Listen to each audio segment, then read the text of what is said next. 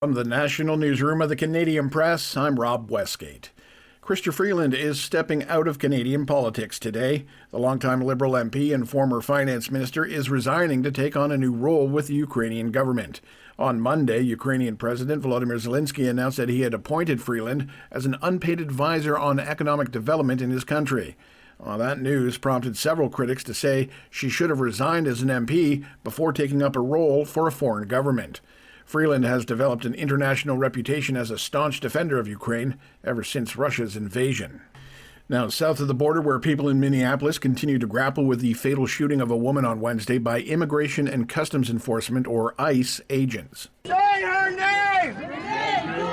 Rallies and vigils have continued since 37-year-old Renee Good was shot dead by an ICE officer.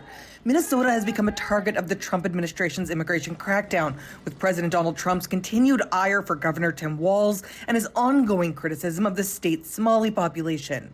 Salaban Duell says it's a tough situation for the Somalis in Minneapolis, who he says are planning a vigil to honor Good today. He is targeting all minority communities, and now they've gone to the extent of targeting American citizens, white Caucasians. Kelly Malone, the Canadian Press, Minneapolis. Statistics Canada is set to release labor force figures for December this morning. Economists at RBC expect the numbers to show a steep drop of 35,000 positions, offsetting the unexpected gains made in November. RBC is also calling for the unemployment rate to jump to 6.8% in December, but says the weakness is still largely contained to trade-exposed sectors of the economy. Now, today's jobs report will mark the Bank of Canada's last look at the state of the labor market before its first interest rate decision of the year at the end of this month. British Columbia's north coast is in for a wet and messy one, with an atmospheric river system slogging its way into the region today. As much as 100 millimeters of rain is in the forecast for communities like Prince Rupert, Terrace, and Kitimat. That precipitation is expected to last through to Saturday morning.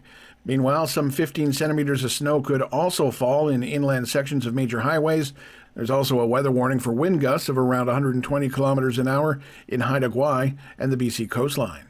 And finally, an alleged grave robber stateside is facing more than 500 charges. A disturbing discovery in the Philadelphia area. Police say Jonathan Gerlach stole more than 100 sets of human remains. He was arrested at a cemetery. Police say he was carrying 3 skulls and other bones in a bag and admitted to taking human remains from graves. That prompted a search of his home. Detectives walked into a horror movie come to life. Tanner Rouse, the Delaware County District Attorney, says the bones were everywhere. Some 200 years old, others newer. One with a pacemaker still attached to the body. The suspect is being held on $1 million bail. Dave Packer, ABC News. This is the Canadian Press. In sports, Connor McDavid had a goal and an assist to extend his points streak to match his career high of 17 games as the Edmonton Oilers beat Winnipeg 4-3 for the Jets' 11th straight loss. Defenseman Josh Manson had 2 goals, 2 assists, and a fight as the Colorado Avalanche beat Ottawa 8-2 for their 7th straight victory over the Senators. Easton Cowan scored nearly 3 minutes into a wild overtime as the Toronto Maple Leafs defeated the Philadelphia Flyers by a final score of 2-1. Patrick Kane became the 50th player in NHL history to reach 500 goals as his Detroit Red Wings beat the Vancouver Canucks 5-1. Elsewhere, the Boston Bruins dominated the Calgary Flames 4-1, and the Montreal Canadiens easily handled the Florida Panthers 6-2. And finally, in the NBA, the Toronto Raptors had the night off, but they'll be looking to keep their 3-game win streak alive as they get set to take on Boston later tonight, 7 p.m. Eastern tip-off. From the Canadian Press, I'm Rob Westgate.